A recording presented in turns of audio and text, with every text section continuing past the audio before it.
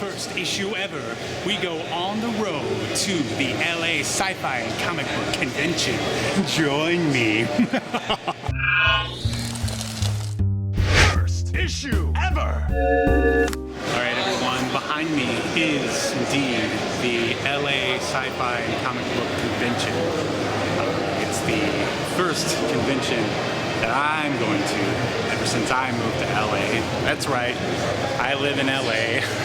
That's because that's where all the movie stars live, baby. So basically what we're going to do is walk the floor, take a look at what's going on. Now the main deal here is to find some deals. I've got about 20 bucks and I want to see how far it goes. Back in my day, I used to go to the comic book conventions and I would browse all the back issues and the dollar bins and the quarter bins, and I would find all these interesting and obscure comics which would inevitably lead to me making this show. There, it's my origin story, if you will. So, all right, let's take a look.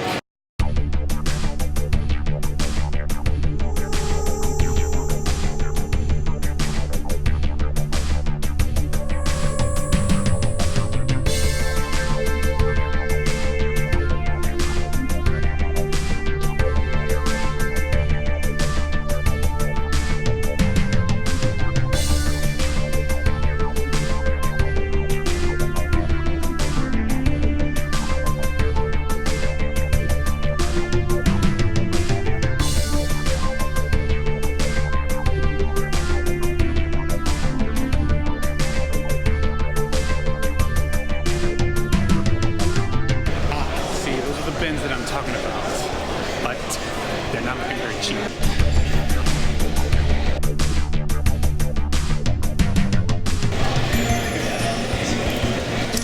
90s Aquaman, the best Aquaman. See? Look for a hand. $5 for 90s Aquaman.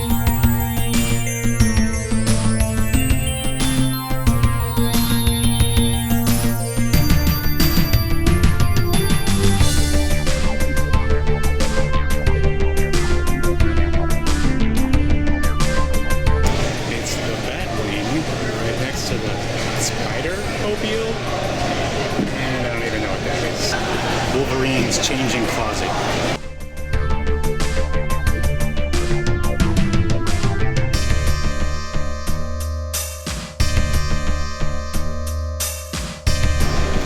Alright, first deal of the con. 10 books for $5. There's a lot of number ones in there. Means a lot more episodes. I know you want them. Let's see what else we can find.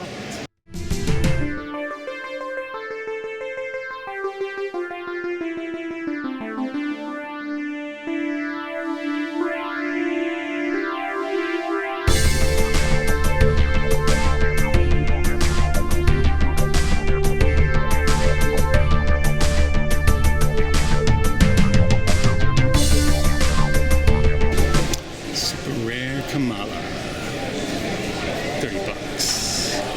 Ouch. Another time, Kamala.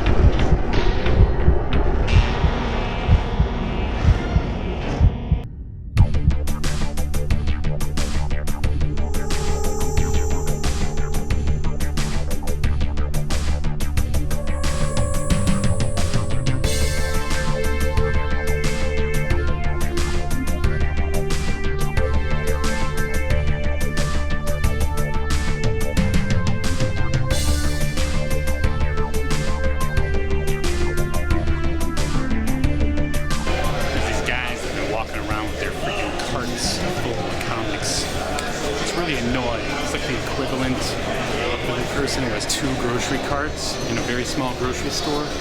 Yeah, I don't like it one bit.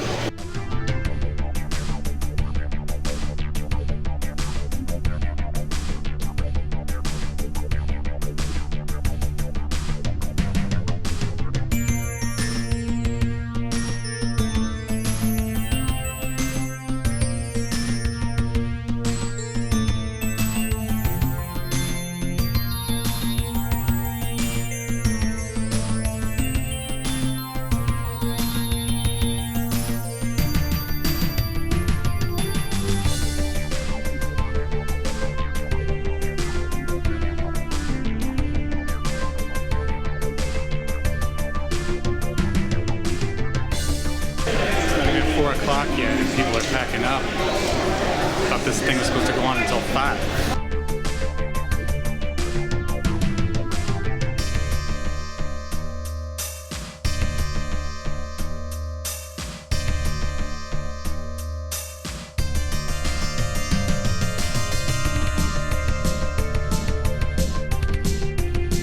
He wanted $15 for Bart.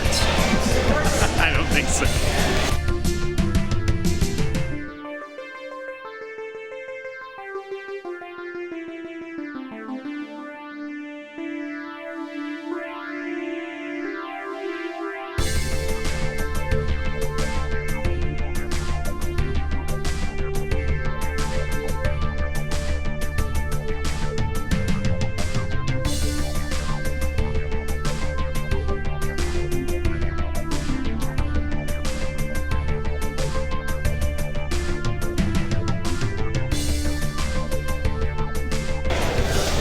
Look at all those Smurfs.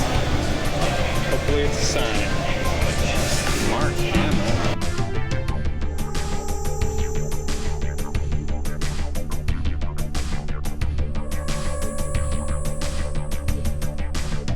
It's like it's over. Everyone's gone. Well, not everyone. Everyone's packing up. Jim Starlin is left, and I didn't get his autograph. That's okay. I had one more deal, and I'll show it to you later. Bye-bye. And we are back, safe and sound, in the #1 study. What'd you think of the video, huh? What'd you think of the convention? Riveting stuff, right? Well, that whole format was new for me. It's weird to try to go to a place and shoot yourself. And by shoot, I mean film, of course. Boy, that got a little dark there, huh? The convention, which is actually called the LA Sci-Fi and Comic Book Convention, was pretty good.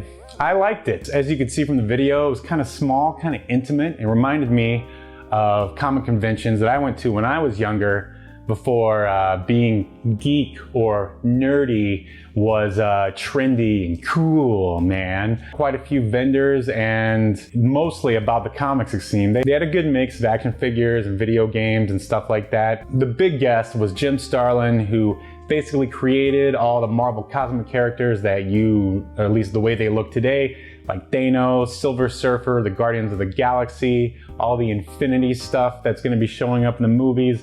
And unfortunately, I did not have any of my Jim Starlin stuff with me. It's in my mom's attic, which is hidden in parts unknown, in case you were wondering.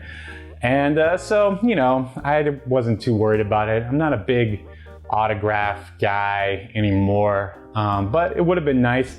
I did actually find a Jim Starlin comic while I was diving through my back issue bins.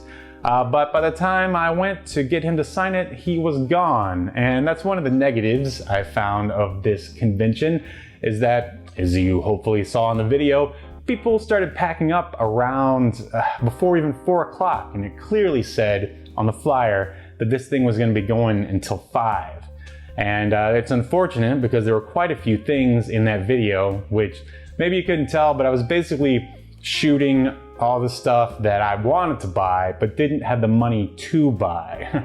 And yeah, so all that Simpsons stuff, yeah, I wanted to buy that, but just didn't have the money. It's one of the sad things about trying to be a responsible adult, or rather, it's a sad thing about going to a con with very little money. You're tempted by all this stuff, but unfortunately you have to pay the rent and so on and so forth. But hopefully, the next con I go to, I will be rolling in green, which is bound to happen in this amazing economy that we live in.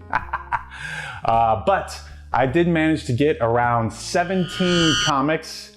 Most of them are #1s, and they were either 50 cents or $1. And you should be seeing them, I don't know, over to the left or right of me, depending on how I edit this.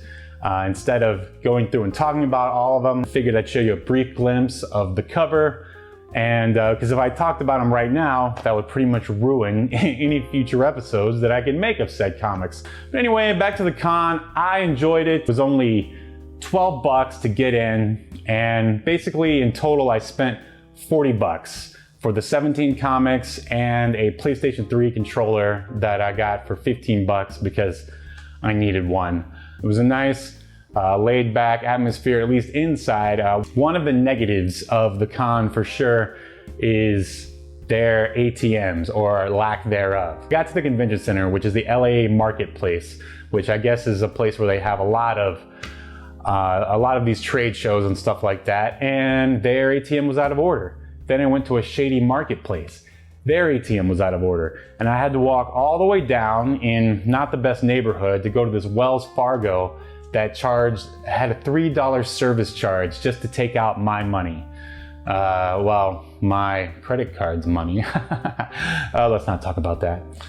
So yeah, but that's hardly anything that the convention can control, but that place just needs more ATMs. I mean, come on. Comic book geeks are gonna get there. They're gonna wanna spin some green, you know what I mean? Make it rain, as the kids like to say, on some comics and video games and all that other stuff. And how can we do that if we can't get our precious fiat currency? But if you're in the LA area and you like comics and you don't want the insanity of Comic-Con, or San Diego Comic-Con, which it actually is, even though I have yet to experience it myself, then I recommend that you check out the LA Comic Book and Sci-Fi Convention.